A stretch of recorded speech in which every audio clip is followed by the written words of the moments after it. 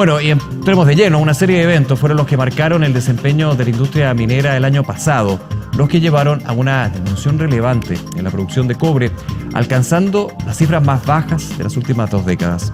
Para entender más lo que está sucediendo con la industria, tanto privada como pública, estamos ya aquí en el estudio con el director ejecutivo de Núcleo Minero, Álvaro Merino. Álvaro, siempre un placer. Muchas gracias por acompañarnos en el programa. Buenas tardes, Nicolás. Muchas gracias por la invitación y te felicito por este programa, porque este programa, ¿no es cierto?, es clave para difundir la importancia que tiene la principal actividad económica del país, como es precisamente la minería. Esa es la idea, pues justamente vamos a entrar de lleno, quizás no con el panorama más positivo que se tenía de antaño, un 2023 que, te hago la pregunta, Álvaro, ¿cuáles crees tú que fueron las claves, digamos, que explican un escenario no terrorífico, pero sí preocupante? Bueno, de acuerdo a los antecedentes del Banco Central, la minería el año recién pasado tuvo un modesto crecimiento de 0,5%. Modestísimo. Y cifra que se compara con la caída que registró el país de un 0,2%. Y respecto de la producción minera, y particularmente de cobre, nuestro principal producto minero y de exportación del país, a algo tú ya te referías en la introducción. Tuvo una caída la producción minera de 1,4% y llegamos a 5.250.000 toneladas el año 2023. Es la cifra más baja en las últimas 2 décadas. ¿Y qué explica esta caída en la producción minera? Fundamentalmente, el fuerte retroceso en la producción de Codelco. ¿Cuánto es el peso? Quizás no el número, pero el peso que tiene Codelco en la minería chilena, para entender, porque finalmente, claro, no fue un año de bonanza, digamos, para todas las mineras, pero para Codelco fue un año muy complejo, especialmente complejo. Así es. Bueno, de la producción de cobre, Codelco representa alrededor de un 30%. Para hacerse una idea, imagino. Un 30%. Bueno, pero como decía, Codelco cayó la producción en esta empresa estatal en 121.000 toneladas. Y en el caso de la minería privada, aumentó su producción en 45.000 toneladas. Sin duda que estas cifras son preocupantes. La caída de la producción de Codelco es preocupante. Pero yo diría que hay otro tema que preocupa aún más. Y ello dice relación con que en el periodo 1990-2023, Codelco invirtió 87.000 millones de dólares. Ello medido en moneda actual, es decir, dólares 2023. Perfecto. Y la producción hoy de Codelco, considerando su participación en Anglo American Sur, como también en el Abra, es de solo alrededor de 230.000 toneladas, superior a la producción del año 1990. Es decir, la producción de Codelco hoy es un 19% superior a la de 1990. Sin embargo, el sector privado, la minería privada de cobre, en el mismo periodo, 1990-2023, invirtió 150.000 millones de dólares. Ya. Reitero, en moneda actual. Y ello le permitió incrementar la producción desde 400.000 toneladas el año 1990 a 3.900.000 toneladas el año recién pasado. Gran diferencia con la estatal en este caso. Efectivamente, es decir, hubo un incremento de 3.500.000 toneladas. Esto significa, en otros términos, que prácticamente la producción del año 1990 se multiplicó por 10.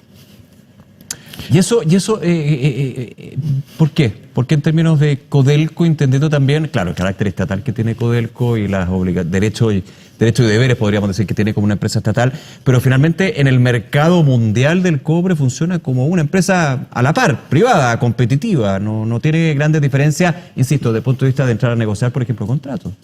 Efectivamente, es una empresa más y es una de las principales productoras de cobre a nivel mundial.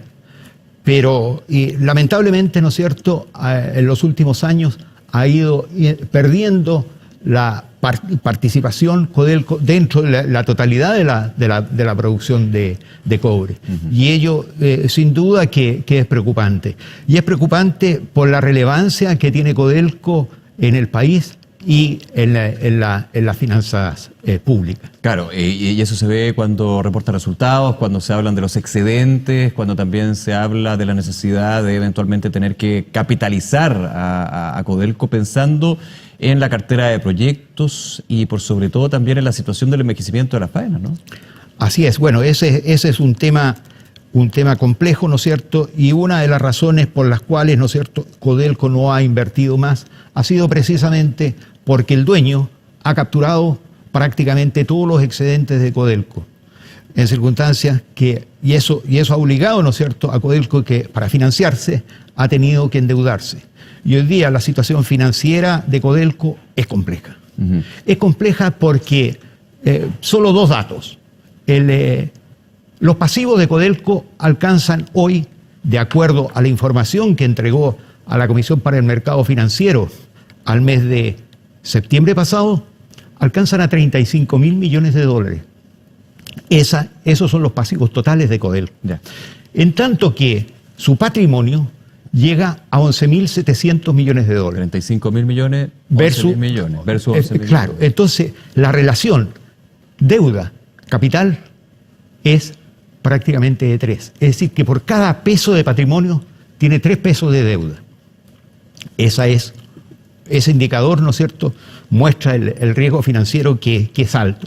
Bueno, el sector privado.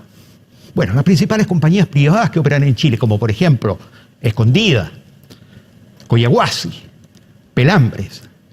Respecto de este indicador, la relación pasivos con capital, uh-huh, ¿no es cierto?, es inferior a 1 y fluctúa entre 0,6 y 0,8, cifra que comparamos con 3 de Codelco. Por cierto, que esta situación, ¿no es cierto?, el país debe prestar especial atención respecto a la situación financiera de esta empresa y las autoridades deberán tomar las medidas que la situación amerita para revertir esta situación. ¿Por qué? Porque Codelco es, reitero, muy relevante para la economía nacional y para sus finanzas públicas. Álvaro, yo recordaba ahora, mientras tú das datos que son súper relevantes para entender, para dimensionar, para aterrizar la situación de Codelco, las declaraciones que hacía fuera de Chile el presidente del directorio, Máximo Pacheco, ya hablaba de que este año se iba a terminar, iba a haber una recuperación de la crisis de Codelco. Se reconocía que había una situación crítica, crisis, no sé si crítica, pero crisis de todas maneras, ante estos datos, pero que este año iba a ser un cambio. ¿Tú crees que por ahí va? Bueno, ojalá, por el bien del país. El presidente del directorio siempre tiene que dar una visión optimista de los inversionistas, eso está claro y se entiende perfecto. Obviamente, por el bien del país, ¿no es cierto? Y por el bien de Codelco, esperamos que ello sea así. Sin embargo, lamentablemente, las cifras no muestran aquello. Uh-huh. ¿Y por qué digo esto? Porque recientemente, los últimos antecedentes de producción que tenemos de enero pasado, la producción de Codelco cayó un 16,7%, en tanto que el sector privado aumentó en enero pasado respecto al mismo periodo del año anterior en un 7,1%. Entonces, esperemos que se recupere la producción de Codelco y no siga disminuyendo. Hablamos de cobre, pero creo que también, y en la contingencia nos lleva a hablar de esto, se confirmaba el acuerdo y la adquisición del 100% de la australiana Lithium Power con las pertenencias del Salar de Maricunga, lo que sería entonces hablar ya de lleno de el negocio del litio de Codelco. ¿Cómo ves tú eso ante la situación financiera y ante también los problemas que se generan en el know-how que es el cobre de la estatal? Bueno, yo creo que considerando la compleja situación financiera de Codelco, debe abocarse fundamentalmente a resolver esa situación. Y porque es muy crítica la situación financiera de Codelco y por ello debe destinar toda su fuerza y todos sus recursos para resolver esa situación. Porque si no se toman medidas adecuadas, ¿no es cierto?, esto se va a ir incrementando y deteriorando respecto del futuro.